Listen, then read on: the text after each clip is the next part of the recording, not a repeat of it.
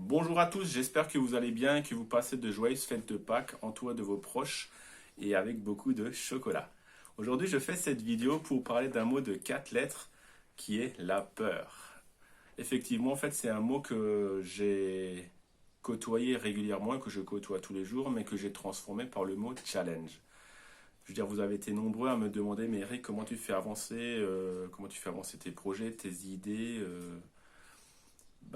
je suis aussi resté moi-même, j'ai gardé confiance en moi, mais je sais qu'il y a quelques temps, ce mot-là m'a complètement fait perdre raison dans le sens où je prêtais beaucoup d'attention à ce que les gens allaient penser de moi, comment ils allaient me juger, si ça n'allait pas marcher ou autre.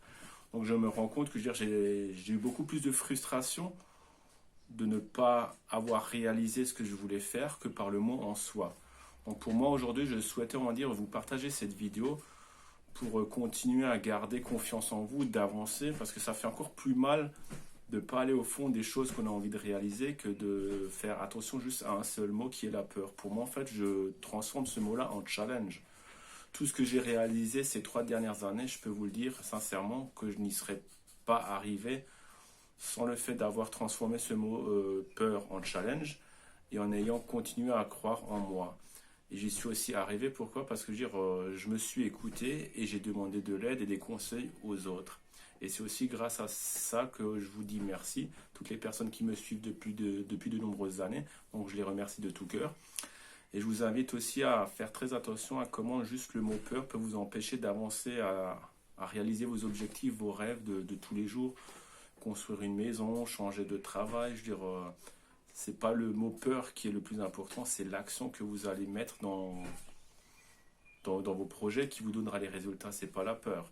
Pour moi, en fait, la peur, c'est quelque chose que je vis aussi également au quotidien, mais j'essaie de ne pas y prêter attention. Je me dis, aujourd'hui, je veux réaliser une maison, un chantier, qu'est-ce que je dois faire?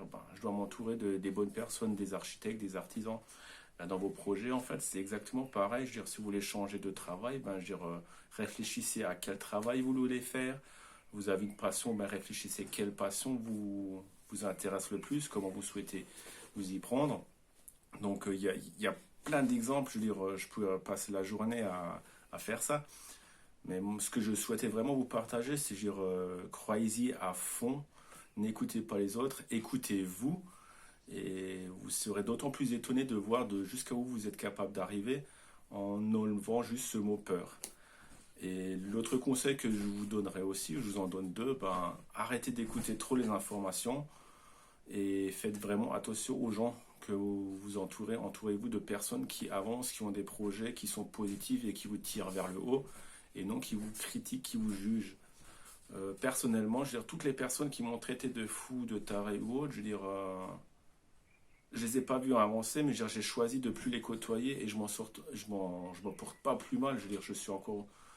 Je me sens plus léger, je suis une vraie fusée. Je décolle. C'est vrai, j'ai plein de projets, j'ai plein d'idées, mais si je les essaye pas, si je les tente pas, je ne sais pas si elles vont marcher ou pas. Donc, je préfère mieux tenter et échouer rapidement pour rebondir et avancer et continuer jusqu'à ce que je réussisse ma vision que j'ai depuis de très longues années. Et je sais que je suis très proche, donc je vais continuer à travailler là-dessus. Et pour moi, c'est aussi une sortie de zone de confort de faire cette vidéo et de la partager. Et je vous encourage vivement à faire de même, mais à votre rythme.